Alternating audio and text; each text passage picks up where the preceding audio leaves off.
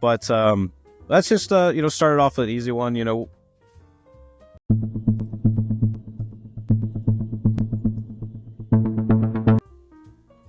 What inspired like the concept for Gravelord and its gameplay and stuff? Obviously, there's a lot of Quake and stuff like that. Yeah. So actually, it's funny because when before we founded the studio Fatbot Games, we actually founded it, me and my year-long friend Matej Zajacik, and he actually was my roommate. And I was at that time, I quit my job at a company making games for Activision, and basically he was looking for a room. I rented him one room in my flat, and I started building a dungeon crawler, Vaporum, which actually became our first game. And he was just like looking at it, and he started tinkering with the stuff and like joined me. But at that time, he also was saying like, yeah, maybe we should make like something like a Doom-like game, and that sounds cool. And I think it's gonna come back. Because like at that time there was the Strafe game, and it was not really what we would expect for a revival of that genre. And he had a couple of ideas, and one really cool one was a guy who's a gravedigger, And but at that time I already had like the basic prototype for Vaporum done, and we actually didn't really want to pivot or like get sidetracked. So we basically back to it. That was actually like really a stupid idea, maybe.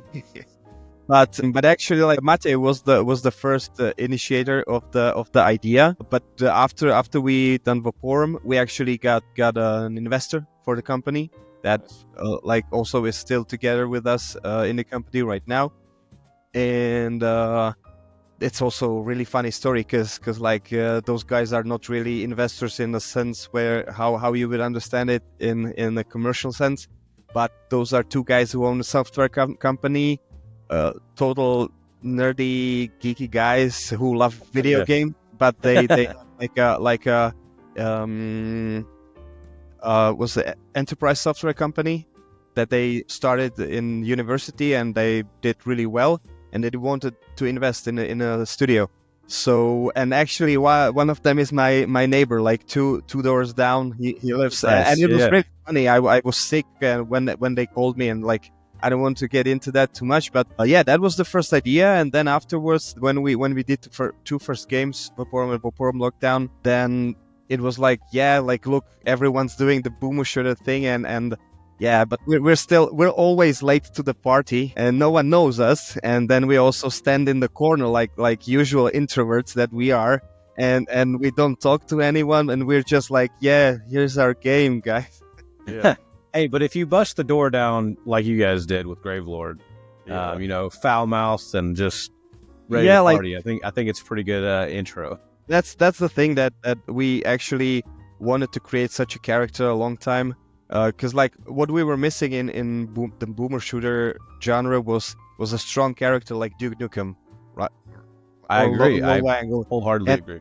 And I mean, okay, it's not for maybe everyone. The commentary and like everything, like the character of Guido, main character, but I mean, we thought that was missing. But we also had one phase where we got involved with talking to publishers, and everyone was giving us like, what's the unique selling point, like what's the hook, and everyone was just about the hook, and we lost so much time during this that like the game would come out even earlier, like a year earlier, if we would just hunker down and not do anything with the publishers. Yeah.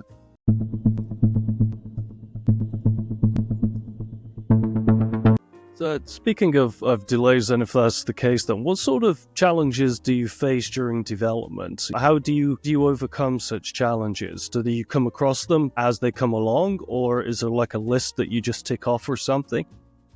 Well, the biggest challenges came out of nowhere. Like one of them was one of our team members getting really sick, not really sick, but like a really bad health scare, right? Which is still going on, but like it's manageable. So that was like the biggest challenge. Like we thought like, because when we started, we were four guys from previously, we were employed by AAA and AA studios, right? And we worked on like Space Engineers or DayZ or Arma and the Mafia series. Like we did a couple of assets for them, and like for the remaster too, and like it's that's cool though. It's like we were all around and we were friends, right? We were really tight friends, and basically I was in the middle, and all of the guys who joined knew me. Yeah, so we were really like, that was a big challenge. We were really that was really quite scary and like sad or something.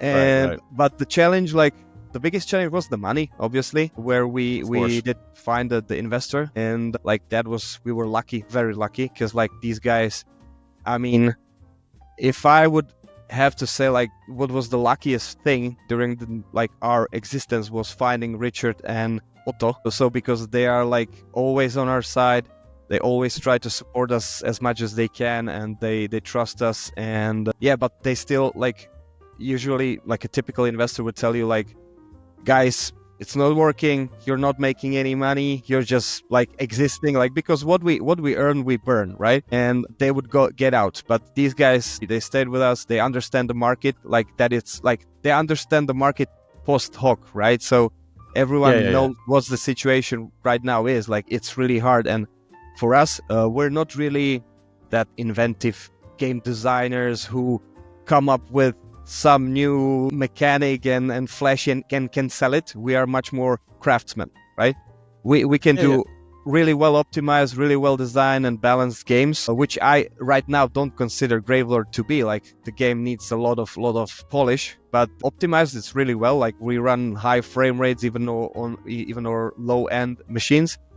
But yeah, those challenges are like basically money, then the marketing. Like marketing and PR is like huge, and I bust my ass off with the PR marketing on this project, because previously we basically no one in our team is a PR person, right? So that was like the biggest challenge for me, because I started everything, I put everyone together, so it was my responsibility to do the shittiest thing. I'm sorry, but like the worst thing, the hardest thing the project, which is PR and marketing. And I busted my hump like really a lot. And then next day after you release the game, Doom Dark Ages gets announced, and everyone like, and it was like I'm laughing now, but I was at that time, it was horrible. I'm because sure. I felt something is happening, because like I had multiple YouTubers talking to me like, yeah, send me the key, I'll try to cover it, if blah blah blah. And but the response was not really great, but and I knew something is coming, and so they told me like, yeah, it's cool, I like it, but I will not be able to cover it because I have to cover other games. And I was like, yeah, you're like FPS specialized, and what other games are coming? And I was like, yeah, hopefully not Doom. And yeah, so right, yeah. And also like wish lists, obviously that was a big challenge. Like I had to study everything that Chris Zukowski like put out, and like I'm an architect by education, but I worked with games since I was a little kid. Since I was 8 years old, I started learning as assembler to code games, and so I'm not a PR person, I'm not an extrovert, right? Right. I'm like, the way you have to think to do that, it's completely different to what you have to do to be creative visually and technically, you know? And that's like the biggest challenge for me to switch. And for the other team members too, like Matej, the co-founder, my partner in the company, his biggest challenge too is context switching seats, so to say, switching professions, because like he helps out not only with he's a gameplay coder mainly, and game designer, mechanics designer, system designer, and I'm much more of a story designer and character designer and art direction, and I do level design too. So that was like a challenge to do the production stuff and to upload everything on Steam, to manage when you had some platform management. We released previous games on PlayStation and Xbox, etc. So this is really like it's really time consuming.